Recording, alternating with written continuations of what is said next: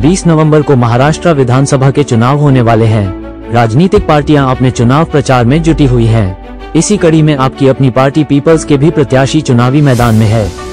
Party ने इस बार युवाओं पर भरोसा जताते चुनाव में उम्मीदवार बनाया है। युवा सोच पर भरोसा करते हुए अकेले मुंबई में पार्टी ने 3 उम्मीदवारों को चुनावी मैदान में उतारा है। सबसे बड़ी बात यह है कि आपकी अपनी पार्टी पीपल्स ने लोगों से कोई वादे न कर एक विजन डॉक्यूमेंट जारी करने की बात कही है। यह विजन डॉक्यूमेंट देश में जातियों के खत्म करने की मांग को लेकर भारतवाद स्थापित करने की बात कही जा रही है। जाति उन्मूलन कानून की मांग को लेकर पार्टी का मुख्य एजेंडा चुनाव में रखा जा रहा है। आप पीपल्स पार्टी के राष्ट्रीय अध्यक्ष रामवीर चौहान और पार्टी के राष्ट्रीय उपाध्यक्ष भानु प्रताप राजभर से टोटल खबरें के वरिष्ठ संवाददाता राजेश खन्ना ने दिल्ली कार्यालय में विशेष भेंट कर जब महाराष्ट्र में उनकी पार्टी के चुनाव में क्या मुद्दे और क्षेत्र की क्या समस्याएं हैं, इस पूरे विषय को लेकर जब हमारे वरिष्ठ संवाददाता ने विशेष बातचीत कर जानने का प्रयास किया है। राज्य में उनका 2 मुख्य गठबंधनों से उनकी पार्टी का किस तरह से मुकाबला है, आप पीपल्स पार्टी के उम्मीदवारों का किस तरह चुनावी प्रचार जारी है, आपकी अपनी पार्टी पीपल्स के राष्ट्रीय अध्यक्ष रामवीर चौहान और पार्टी के उपाध्यक्ष भानु प्रताप राजभर से जब महाराष्ट्र में उनकी चुनावी रणनीति और मुद्दों को लेकर कितने प्रत्याशी चुनावी मैदान में है, चुनाव में पार्टी 2 मुख्य गठबंधनों से किस तरह का मुकाबला है। आइए देखते हैं हमारे संवाददाता की इस विशेष बातचीत की ये खास रिपोर्ट। नमस्कार, टोटल खबर में आपका स्वागत है। मैं हूं आपका राजेश खन्ना। महाराष्ट्र विधानसभा चुनाव को लेकर जो है तैयारियां जोरों पर चल रही हैं। पार्टी अपने प्रचार में जुटी हुई हैं। इसी कड़ी में एक आपकी अपनी पार्टी पीपल्स भी है, जिनके काफ़ी सारे प्रत्याशी जो है कि चुनावी मैदान में हैं। पार्टी के राष्ट्रीय अध्यक्ष रामवीर चौहान जी आज हमारे साथ हैं बातचीत करने के लिए। रामवीर जी, सबसे पहले टोटल खबर में आपका स्वागत है। नमस्कार, धन्यवाद खन्ना जी। सर, जानना चाहेंगे कि आपके पार्टी के जो प्रत्याशी हैं और आपकी पार्टी की है क्या रणनीति, किन मुद्दों को लेकर चुनाव में उतरे हुए हैं? देखिए, हमारी जो पार्टी की रणनीति है और सभी को पूरे देश में पता है, इस देश में एक वो लोग हैं जो कटोगे बटोगे की राजनीति करते हैं। एक दूसरा वो है कि झूठा संविधान को झूठी प्रति दिखा के संविधान की, वो कहते हैं संविधान खतरे में है। अगर इस देश में संविधान खतरे में है तो उस खतरे के लिए जिम्मेदार वो उस पार्टी के लोग हैं जिन्होंने 65 साल इस देश में राज किया और उन्होंने गरीबों को उनके अधिकारों से वंचित किया। दूसरा वो लोग हैं जो जातियों को मानने वाले लोग हैं, और एक वो पार्टी है जो जातियों को बनाने में विश्वास रखती है। तो योगी आदित्यनाथ के थ्रू राष्ट्रीय स्वयंसेवक संघ ने भाजपा का ये जो एजेंडा देश के सामने फेंक दिया है कि कटोगे तो बटोगे, बटोगे तो कटोगे। मैं पूरे देश की जनता के सामने योगी आदित्यनाथ से और मोहन भागवत और भारतीय जनता पार्टी के राष्ट्रीय अध्यक्ष जेपी नड्डा जी से ये पूछना चाहता हूं कि इस देश में बांटने वाले कौन लोग हैं। जो लोग महात्मा मनु की मूर्ति जयपुर हाईकोर्ट के प्रांगण में लगवाते हैं और मनु को मानने वाले लोग हैं, जो मनु इस देश में बंटवारे का सबसे बड़ा कारक है। साथ साथ जब इन 6,743 जातियों में भारत के लोगों को बांटा हुआ है और उनको अब वो हिंदू बनाने की बात करते हैं। वो कहते हैं ये हिंदू हैं। हिंदू शब्द कुछ भी नहीं है। हिंदू धर्म एक के नाम पे एक ये शब्द है जो छलावा है, जो दलित, ओबीसी और एसटी को छलता है कि उनके संसाधनों से उनको महरूम करता है, और एक जो अपर कास्ट जिसको बोला जाता है, उन लोगों के हितों को प्रोटेक्शन करने के लिए हिंदू शब्द दिया गया है ताकि उनके हितों की रक्षा होती रहे और ये गरीब लोग उनकी सेवा करते रहे। तो ऐसे माहौल में कटोगे बटोगे का नारा काटने वाले भी यही लोग हैं और बांटने वाले भी यही लोग हैं। आज एक गरीब के मध्य प्रदेश में एक आदिवासी के सर पे पेशाब कर दिया जाता है, उसके मुंह पे पेशाब कर दिया जाता है। एक दलित बेटियों के साथ, आदिवासी बेटियों के साथ मणिपुर में उनको निर्वस्त्र करके घुमाया जाता है। जो उत्तर प्रदेश में हुआ, बुलंदशहर की घटना थी, बेटी को रात, अलीगढ़ की घटना है, बेटी को रात को जला के, पेट्रोल से जला के मार दिया गया। अब ऐसी घटनाओं को कौन जिम्मेदार है? ये घटनाएं क्यों है? और जातियों को देख के इस देश में जांच की जाती है। अगर जांच किसी दलित और गरीब आदमी है तो उसको जेल में सड़ने के लिए मजबूर कर दिया जाएगा, और कोई अपर का जो सो कॉल्ड अपर कास्ट के लोग हैं उनके लिए उनका मुकदमा ही दर्ज नहीं होता उनके खिलाफ। तो तो ये काटने और बांटने की राजनीति यही लोग करने वाले हैं, आरएसएस और बीजेपी के लोग करने वाले हैं। दूसरा, एक दूसरी पार्टी है जो संविधान की प्रति आजकल देश में दिखा रही है लगातार। अगर आज देश में इतनी कमजोरी हुई, देश का संविधान 75 साल में 75वें साल में हम चल रहे हैं, अगर 75वें साल में परिपक्व नहीं हुई देश की जनता, तो उसके लिए कांग्रेस पार्टी सीधे तौर पर जिम्मेदार है। कांग्रेस पार्टी ने गरीब लोगों को उनके हकों से महरूम रखा, उनके अधिकार नहीं दिए गए और जो अधिकार थे उनको दबा कर रखा। आज उनकी पॉलिसी भारतीय जनता पार्टी ने ले ली है। बताए कांग्रेस पार्टी के पिछले 65 साल में जब आपने राज किया तो दलितों के, आदिवासियों के हितों के लिए जो रिजर्वेशन की पॉलिसी लागू की गई थी, 22.5% में से सिर्फ 4% पद क्यों भरे गए? आज Bharatiya Janata party not found suitable का प्रिंसिपल लेके इन गरीब और दलित लोगों को, इनको अधिकारों से महरूम करती है। इसके लिए कांग्रेस पार्टी जिम्मेदार है। पहले पाया जाता था, पहले कांग्रेस ने एक प्रिंसिपल दिया, not found efficient, they are not efficient. अगर वो एफिशिएंट नहीं है तो आपने 50 साल में उनको एफिशिएंट बनने क्यों नहीं दिया? आपने उनको काबिल नहीं बनने दिया, इसलिए उनके अधिकारों को छीने जा रहे हैं।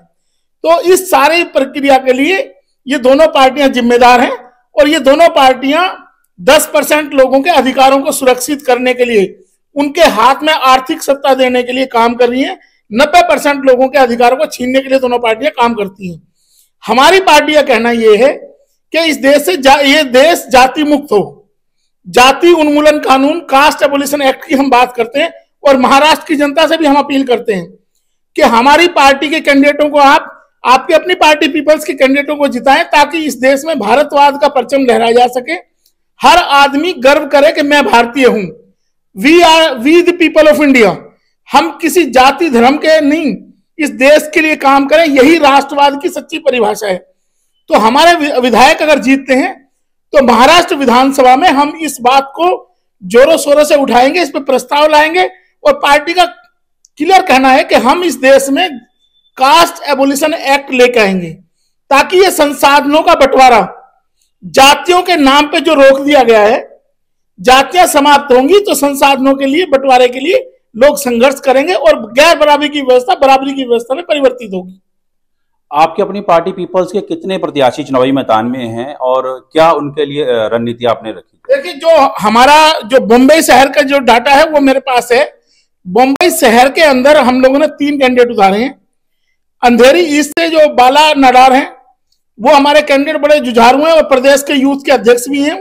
उन्होंने बड़ी मेहनत की है। मुंबई ईस्ट में पहले भी वो बाई इलेक्शन भी लड़ा उन्होंने, लोकसभा का भी चुनाव लड़ा है उन्होंने। और अंधेरी ईस्ट से बाला नडार हैं। साथ साथ धारावी से मनोज लक्ष्मण वागचौरे, जो बड़े यंगर है और एनर्जेटिक कैंडिडेट हैं, जिन्होंने बड़ी मेहनत से काम किया हुआ है। और मुझे लगता है कि धारावी की सीट हम जीतने जा रहे हैं। आपकी अपनी पार्टी पीपल्स धारावी की सीट जीतने जा रही है। बड़ी मेहनत के साथ सब लोग लगे हुए हैं और पूरी ताकत के साथ लगे हैं। साथ साथ गोरेगांव में भी हमारे कैंडिडेट मैदान में उतरे हुए हैं, वो भी बड़ी मेहनत के साथ लगे हुए हैं। और मुझे लगता है कि महाराष्ट्र की विधानसभा में हम टॉर्च की रोशनी जरूर दिखाएंगे, जो अंधेरा है उसको दूर करके, और टॉर्च की रोशनी उन लोगों को दिखाएंगे जो उनको रोशनी दिखाएंगे जिन लोगों के जीवन में इन पार्टियों ने अंधेरा किया हुआ है। 2 गठबंधन वहां पे लड़ रहे हैं, एक महायुति एक महागाड़ी है, तो आपकी अपनी पार्टी पीपल्स उसमें कहां तक मुकाबला कर पा रही, क्या है वहां के? देखिए, ये दोनों गठबंधन जो लड़ रहे हैं, ये झूठ का सहारा लेके लड़ रहे हैं। इस देश की राजनीति सच्चाई पे नहीं है। आज मैं आपको एक बात बताता हूं, जो कटोगे बटोगी की बात करके क्या किया है, जो देश में ध्रुवीय पोलराइजेशन की पॉलिटिक्स है, वोटों की। भाजपा अपना एजेंडा बताए, 5 साल से भाजपा राज कर रही है वहां पे। फडणवीस जी राज कर रहे हैं वहां पे। फडणवीस इससे पहले भी, उस 5 साल से पहले फडणवीस मुख्यमंत्री थे वहां। बताएं इन्होंने क्या व्यवस्था की, क्या लोगों के जीवन में सुधार किया। भारतीय जनता पार्टी ने महाराष्ट्र के कैसे कायाकल्प किए। महाराष्ट्र आर्थिक राजधानी था देश की, और वहां के सारे प्रोजेक्ट ले जाकर गुजरात में पहुंचा दिए इन्होंने। देश के सारे कैपिटलिस्ट वहां रहते हैं मुंबई में, तो वो सारे प्रोजेक्ट गुजरात में कैसे चले गए, ये बताए भारतीय जनता पार्टी। और दूसरी तरफ महायुति, महाविकास अघाड़ी बताए कि उन प्रोजेक्ट को रोकने के लिए उन्होंने सड़क पे क्या संघर्ष किया, कितने आंदोलन किए कि ये प्रोजेक्ट हम यहां से नहीं जाने देंगे। दोनों गुमराह कर रहे हैं जनता को। तो हमारी पार्टी इस बात पे काम करती है कि हम लोग जनता के भरोसे के लिए, आज धारावी एक पिछड़ा हुआ एरिया पूरे वर्ल्ड में बोला जाता है कि वर्ल्ड का सबसे बड़ा स्लम एरिया है, उसको स्लम बनाने के लिए जिम्मेदार कौन है? जो लोग यहां से गए, जो वहां बसे, उन लोगों को अधिकार ही नहीं दिया, ना आपने जमीन का अधिकार दिया, ना रहने का अधिकार दिया। आज वो अगर उनका जीवन बदतर स्थिति में है तो उसके लिए दोनों ही पार्टियां जिम्मेदार हैं, दोनों संगठन जिम्मेदार हैं, और हम उसमें बदलाव करेंगे। हमारे कैंडिडेट मनोज लक्ष्मण वाघ जो रहे वो उस पर मेहनत करें और इसकी आवाज उठाएंगे, धारावी की आवाज बना के हम विधानसभा में आवाज उठाएंगे इसके लिए। महाराष्ट्र की जनता से आप क्या अपील करना चाहेंगे आपकी अपनी पार्टी पीपल्स की तरफ से? महाराष्ट्र की जनता से हमारी अपील यही है कि देश में जो झूठ की राजनीति चल रही है, उस झूठ की राजनीति का पर्दाफाश करते हुए आपके अपनी पार्टी पीपल्स के कैंडिडेट को जिताएं, ताकि आपकी आवाज को विधानसभा में बुलंद कर सकें और आपके जीवन स्तर को उठाने के लिए आपकी अपनी पार्टी भारतवाद के नारे को बुलंद कर सके। ये थे पार्टी के राष्ट्रीय अध्यक्ष आपकी अपनी पार्टी पीपल्स के। हमारे साथ आपकी अपनी पार्टी पीपल्स के राष्ट्रीय उपाध्यक्ष हैं भानु प्रताप राजभर जी, और इनसे बात करते हैं क्योंकि ये काफी वहां पे क्लोजली देखा है। भानु जी, टोटल खबर में आपका स्वागत। सबसे पहले धन्यवाद खन्ना जी। क्या माहौल है वहां पे महाराष्ट्र में आपकी पार्टी को लेकर, किस तरीके के और प्रत्याशियों को लेकर क्या, क्योंकि आपने बड़ा करीबी से देखा है और पार्टी का आप एक हनुमान पे तौर पे भी जो है कि कार्य कर रहे हैं, तो क्या है थोड़ा विस्तार से बताएं वहां पे जो है। देखिए कि राष्ट्रीय अध्यक्ष जी ने बहुत सारी चीजें ब्रीफ कर दी है, और जो कुछ चीजें मैं बता रहा हूँ कि वहाँ के जैसे हमारी पार्टी का जो स्टैंड है, हमारी पार्टी का सबसे पहली चीज है कि हमने युवाओं को मौका दिया है और युवाओं में एक जोश है, और हमारी युवा टीम वहाँ पे 6 साल से वर्क कर रही है, और उस टीम ने एक नारा दिया हुआ है कि पहले काम फिर प्रचार। तो पहले काम करती है धारावी को लेके, स्लम का जो एरिया वहाँ पे कूड़े कचरे को लेके, वहाँ पे स्कूल को लेके, और जितनी भी सारी चीजें, पानी की सप्लाई को लेके, बिजली को लेके, वहाँ पे फ्लाईओवर को लेके सारा जो वर्क है, पहले ये हमारी पार्टी जो है, हमारे कार्यकर्ता वो कम्युनिकेशन में आते हैं, वर्क करते हैं, लोगों के बीच में जाते हैं, फिर उसका जब रिजल्ट आता है तब जाके वो ट्विटर, फेसबुक और अलग अलग माध्यम से प्रचार करते हैं, लोगों को बताते हैं। तो हमारा पहले से क्लियर कॉन्सेप्ट है इसका। दूसरा ये है कि जैसे हमने इसको भी लेके कि जो घोषणा पत्र है, हमने घोषणा पत्र की जगह विजन डॉक्यूमेंट लाया। हम शुरू से पार्टी का है कि हम झूठे वादों वाला नहीं है, तो इसी को लेके हमारी पार्टी के सारे संगठन फॉलो कर रहे हैं कि पहले काम करो, उसके बाद लोगों को बताओ, लोग ऑटोमेटिक उसको चीज को जानेंगे।